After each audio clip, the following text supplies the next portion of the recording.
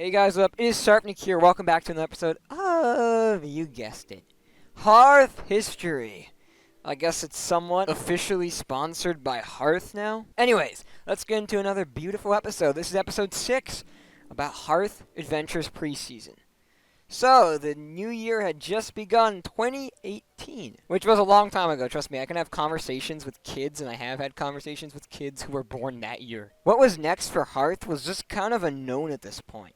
Until, well, our good old friend Warcries recruited back someone we haven't seen in a long time. Aramus von Eising, or as he was known back then, Chaibh. Now look, Chaibh had a fallout with the group of Harth. You see, right before the Harth RPG began, we had a little SMP ran starring Krat, 99 Lulu 999, Warcries, me, WWMMM, whatever, and a few others along with Chaibh, and we were cheating on there, so I decided to reset it, but Aramus was mad because, well, he worked hard on it, and we just said F you, and he just said, F this, I'm out of the group. You know what, I'm going to stop referring to him as Chaibh. He's Aramus. Referring to him as Aramus from now on. And so Aramus actually blocked me. I think he left Warcries unblocked, and we didn't get a talk for the next 10 months. And then about 2.5 months later is when this all began. Apparently the guy got into Arc in between this time, because 2017 was a big year for Arc. And Warcries decided to show off his DMs with Aramus recently, which I think was good because it actually helps with this history episode. Apparently Warcries tried to get him back for a while, but Aramus has ignored War's DMs until early January. He just decided to respond. And that is how Harth Adventures started. Aramus liked the idea of Harth and decided to work in some things he had been working on for the past few years.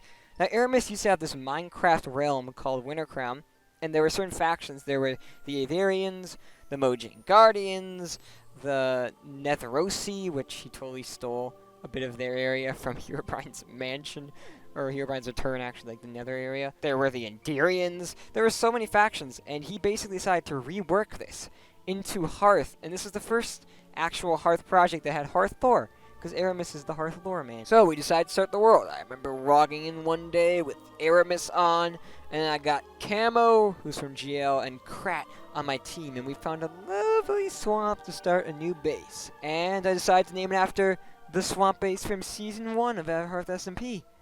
I named it Selkar. Now, this was a factions world, so some factions started to form. Selkar was by far the biggest one. We settled in a swamp base, as I just said, and there was an actual mountain there, and we decided to dig out a dwarven area. We had a huge wall around it, kind of like Harth Season 1, but the base wasn't that good, actually. We didn't really have much except a few paths, and then, like, just an area we were digging out. We had a lot of fun with it, though. We never made too much progress. War made a farm in there. War might have been part of our team. I guess he was. And the only other competing faction I remember, other than maybe one other that Aramus friends probably started, was the Black Market, ran by the Cube, a man from GLSMP. Now look guys, the Cube was dedicated to the craft, so much that Aramus started to like him a lot. And he actually became a mod, believe it or not. There was a point system that this world had, and whoever was the top got mod. So Cube got mod, and then I was able to get mod, but turns out we didn't have enough players, so Aramus is like, nah. Now this is actually generally a public Harth project, so Aramus actually advertised to the server on one of them serverless things, and we got a lot of new players, specifically the more important ones were Admin HP and Taza, who became active near the end of the season. And Admin HP is still a guy that's with Harth to this day, and he participated in my series, The Old Vale Survivors. Very legendary man. That makes him pretty awesome, doesn't it? So let's just talk about some funny moments. There weren't really that much to talk about, I suppose, but there was this moment in the end dimension when I accidentally spleefed Camo. Ones are the small ones, I can't tell. I hate you. Sarfnic! What is wrong with you? No. Wait, did that do that? Sarf Yes!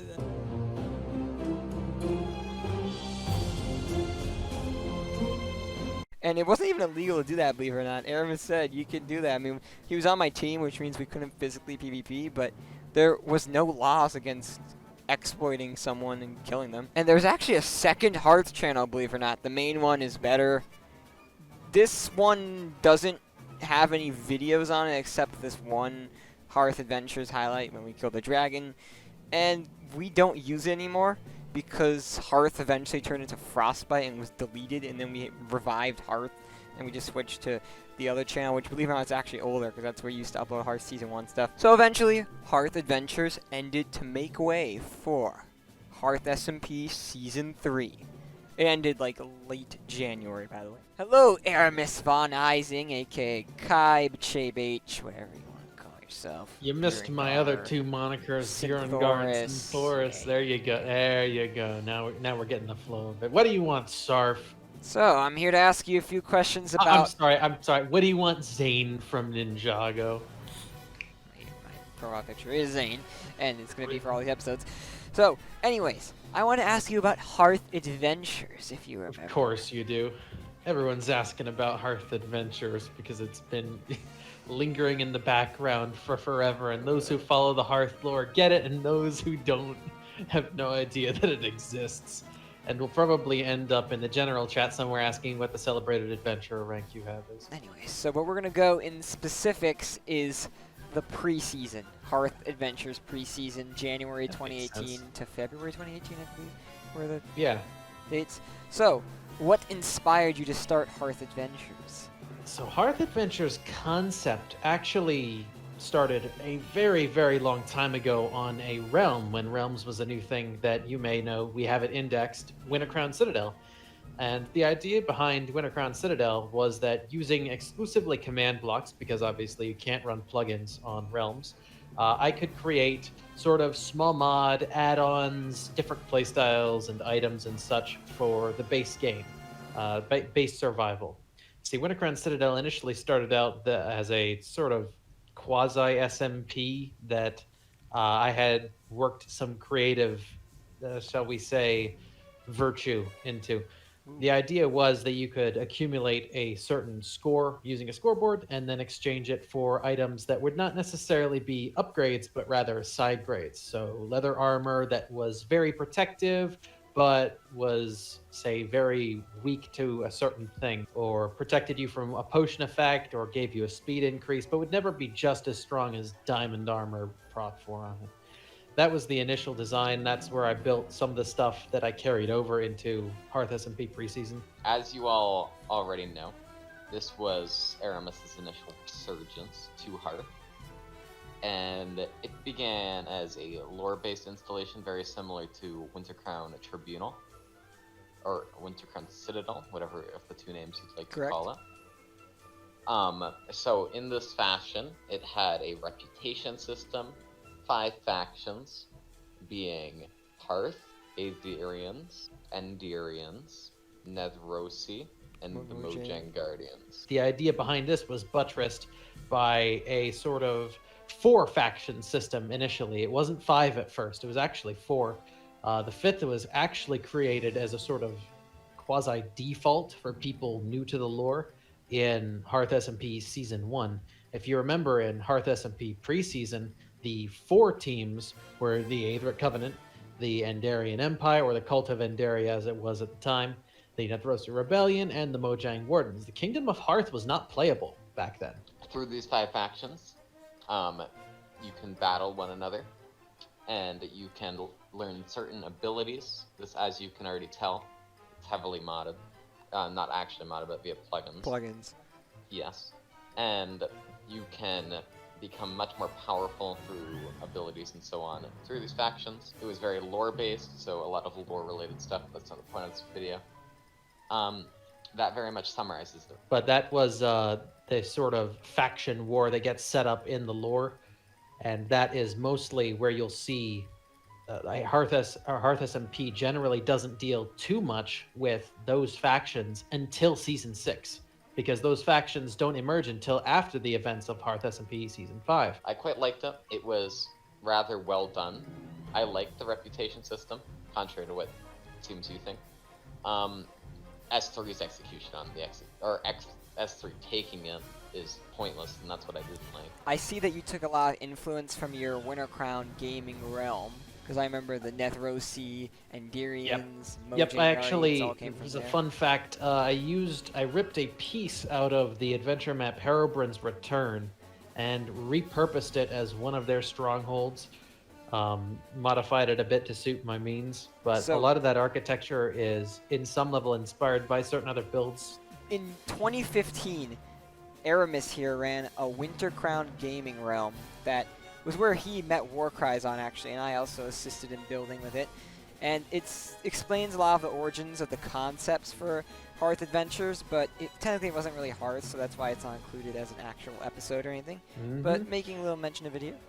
Hearth, as it happened, was in the off season at this time, so I never actually got my in-link to Hearth until just pre-season 4, when I was actually promoted to administrator, if I remember correctly. Well, yeah, what did you think about this being a public Hearth project? 'Cause this actually was technically public. We had the IP open, and we It was public. advertised we it on. You get about 15 randos joining every day, maybe 20. Yeah. And I rather liked that. It was cool. It was cool to meet new people. We met Taza and Cringe Man through. Admin HP is you're referring to. Mm-hmm. Those are the only two that actually stayed with Hearth. Taza was alright. I don't talk to Taza anymore. Admin HP, as you know, we play Among Us with them sometimes, but other than that, not really. Mm-hmm. I like the idea of it being a public server, and I'm very hopeful for Hightail's execution as well. Keep in mind, Epilogue's not going to be as public. Like, it's probably still going to be on a whitelist. But Season 2, of course, that's going to be public. And I'm very excited for the community we may amass with that. What do you remember about Bylder? Okay. So there are a few characters of note that are largely codified in lore. I think most of the most powerful people in Harth Adventures, both Preseason and Season 1, have a lore character at this point. The exception is perhaps Taza, who actually came along with Bylder, if I remember correctly, or Admin HP as well. That's another one.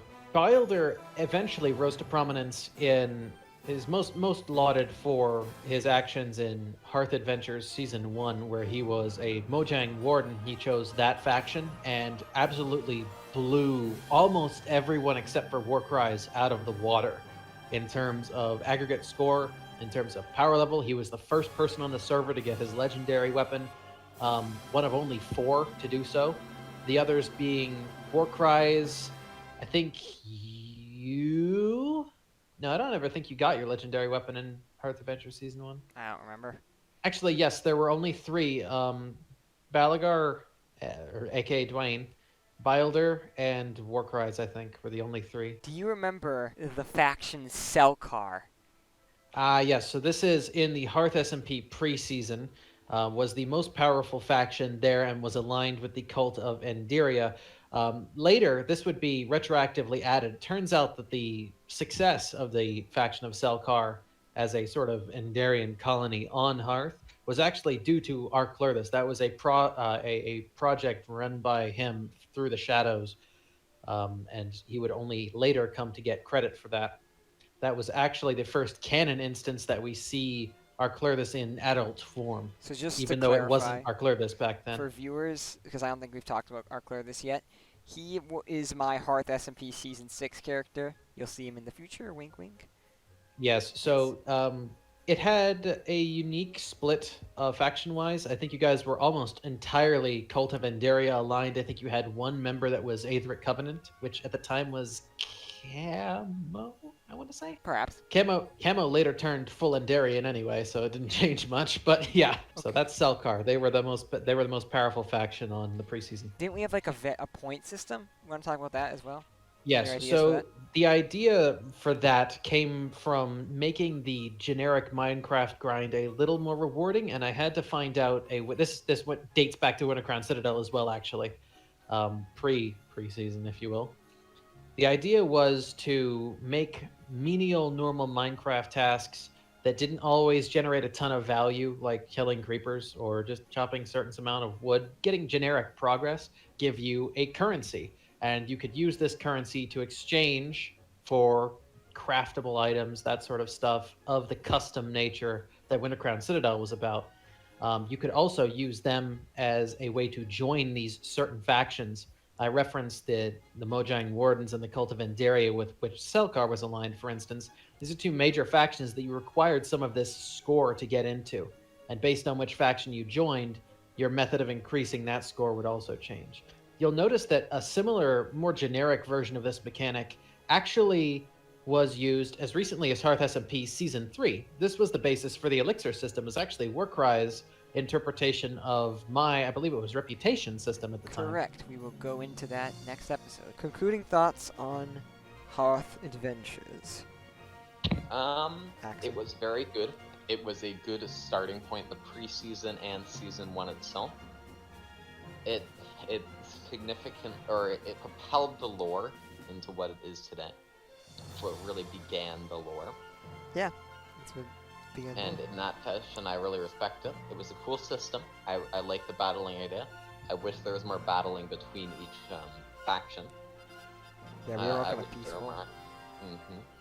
But I guess that's what comes with having such a small server on a factions world. Obviously, with Harth Adventures Season 2 and Hightail, we're not going to use a faction system. We're going to use our own elaborated system, most likely. And Yeah. we're going to figure out a way to make it actually well integrated and fun, more fun than just TNT cannon go burr. That's factions in a nutshell. We actually used the general. We had. Remember, we had essentials, Mm-hmm.